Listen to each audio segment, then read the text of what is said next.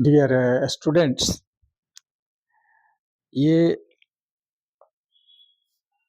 Poetry selection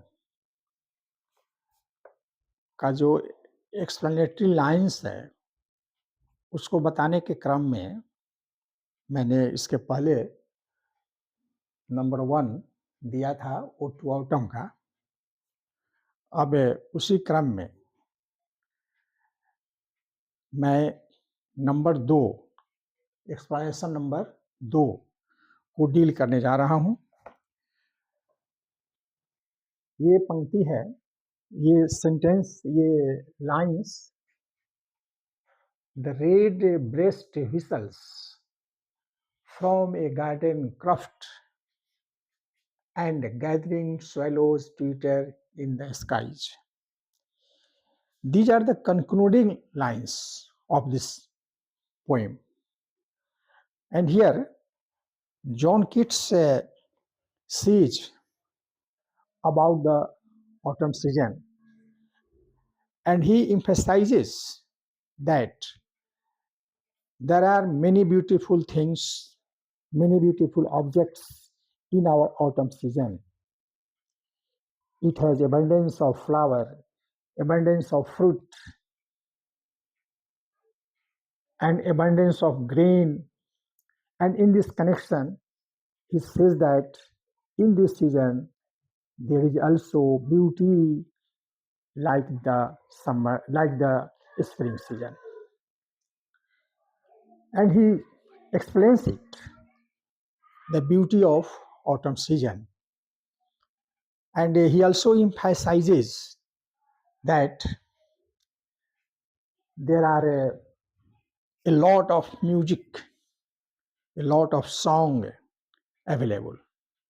And for that, he says that the red breast whistles, चिड़िया है, red breast चिड़िया का नाम है, जो व्हिसल्स मतलब कि सीटी बजाती है, मतलब कि गाना गाती है। सीटी क्या बजाएगी? वह क्या करेगी? गाना गाएगी। व्हिसल्स फ्रॉम ए गार्डन क्रॉफ्ट, कहाँ से? वह जगह, जो जगह है गार्डन के लिए घर में छोड़ा हुआ है, वहां पर बैठी हुई है। और from that place the red breast whistles from there, वहां से गाना गाती है। और गैदरिंग स्वेलोज, जो स्वेलोज होता है गौरैया चिड़िया, it is found in India, तो वह जब भी रहेगी तो इकट्ठा रहती है, गैदरिंग इकट्ठा रहती है। और वह क्या करती है? ट्विटर माने चहचहाती है, इन द स्काईज, उड़ती है तो आकाश में चहचहाते रहती है। तो कवि ये बताना चाहता है कि हमारे पास म्यूजिक भी है, हमारे पास सॉन्ग भी है। और उस सॉन्ग का एग्जाम्पल जो है ये 2 भी दिया है, इसके ऊपर भी उन्होंने एग्जाम्पल दिया है। तो चलिए, यही इनका कहना है। तो भाई ये जो है, हम इसका फिर से शाब्दिक अर्थ बता देते हैं। Red breast whistles from a garden croft, उन्होंने एग्जाम्पल दिया गाना का, ये सॉन्ग का। सॉन्ग हमको कहाँ से मिलेगा? जो सॉन्ग स्प्रिंग सीजन में मिलता है वह यहाँ मिलेगा कि नहीं मिलेगा? तो कहते हैं कि नहीं, मेरे पास भी है, यानी ऑटम सीजन के पास भी है जो गाना आपको मिलेगा। वह गाना का एग्जाम्पल हो गया रेड ब्रेस्ट, ये गाती है कहाँ से? गार्डन क्रॉफ्ट, जो क्रॉफ्ट छोड़ा हुआ जमीन है बगीचा के लिए, वहां से गाती है। और गैदरिंग टू स्वेलोज, जब इकट्ठा होकर के गौरैया फुर से उड़ती है तो वहां भी आवाज आती है, बहुत जोर से आवाज आती है, खूब जोर से आवाज आती है। आकाश में ट्विटर कहती है, खूब चहचहाती है वो गौरैया चिड़िया। तो इस प्रकार से हमारे पास गाना भी है, इसका अर्थ हुआ। अब हम उसको, ये तो पंक्ति लिखना पड़ेगा। These lines have been taken from Ode to Autumn by John Keats. He was one of the greatest romantic poets of English literature. जितने भी रोमांटिक पोएट्स थे, ग्रेटेस्ट, उनमें से एक इनका भी स्थान था। और he was first to born and last to die, वो ऐसे पहले कवि थे जो रोमांटिक पोइट में सबसे बाद में जन्म हुआ, लेकिन सबसे पहले मर गए। ट्यूबरकुलोसिस के पेशेंट थे, उनकी पत्नी भी उनसे बेवफा रहती थी, उनका छोटा भाई भी मर गया था। इस तरह से बहुत ज़्यादा तकलीफ में थे और वो भी मर गए।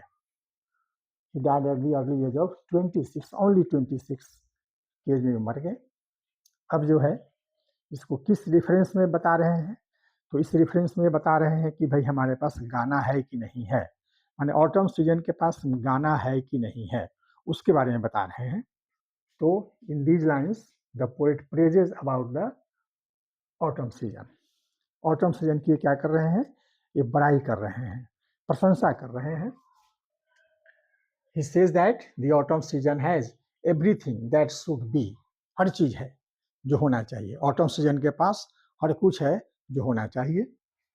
He says that this season is of mist and mellow fruitfulness।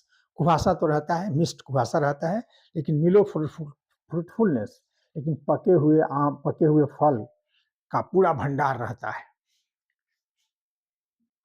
There is amplitude of grain and flowers, काफी मात्रा में अनाज होता है और फूल मिलता है। There are songs like that of spring, और जो स्प्रिंग सीजन में हम गाना हमको मिलता है गाने के लिए, सुनने को मिलता है, वही यहाँ भी मिलता है सुनने के लिए। इन दिस कॉन्टेक्स्ट वो कहते हैं कि दैट रेड ब्रेस्ट सिंग्स, वो गाती है, रेड ब्रेस्ट चिड़िया गाती है, from a land of garden, जो गार्डन के लिए जमीन छोड़ा हुआ है घर में, वहाँ से गाती है, वहाँ से सुनाई पड़ता है। और गैदरिंग स्वैलोज जो है, जो इकट्ठी गौरैया चिड़ैया है, वो भी क्या करती है, गाती है। तो दोस्तों ये जो है बहुत बड़े रोमांटिक पोएट थे, और ब्यूटी के बारे में इनका दो कंसेप्शन था कि beauty is only to see not to touch. सुंदरता केवल देखने की चीज है, छूने की चीज नहीं है। अगर आप छुएंगे तो क्या होगा भाई, ये दिस विल डिसअपियर, गायब हो जाएगा। If you will dissect it, all the charts will fly up and you will get nothing in your hand, that is nothing. तो एक ब्यूटी का कंसेप्शन था इनको। इन्होंने कहा था कि truth is beauty and beauty truth. इन्होंने कहा था and the thing of beauty is a joy for ever. सुंदरता ऐसी चीज होती है जिसको आदमी को आनंद लेना चाहिए, हमेशा उसे आनंद मिलेगा। लेकिन यदि आप चीर फाड़ करेंगे, यदि आप उसको डिसेक्ट करेंगे, यदि आप उसको चीर फाड़ करेंगे, तो सारी सुंदरता समाप्त हो जाएगी, और ये सुंदर चीज जो है, जो आपको दिखाई पड़ रहा है, और क्या होगा, दैट विल बिकम ड्रियरी, बिल्कुल नीरस हो जाएगा और सारा मजा खत्म हो जाएगा। इसलिए ब्यूटी जो है वह ऐसी चीज है जो आप फॉर एवर, हमेशा आनंद लिया जा सकता है। तो ये हुआ, अब इस चैप्टर का एक्सप्लेनेशन समाप्त हुआ। अब इसके बाद मैं आपको नए चैप्टर का एक्सप्लेनेशन दूंगा, लेकिन नेक्स्ट वीडियो में। तब तक के लिए आप नए वीडियो का इंतजार करें, हमसे बने रहें, हमसे जुड़े रहें, हमारे चैनल को सब्सक्राइब करें, शेयर करें, लाइक करें, और मेरे तब तक के लिए जय हिंद, जय भारत।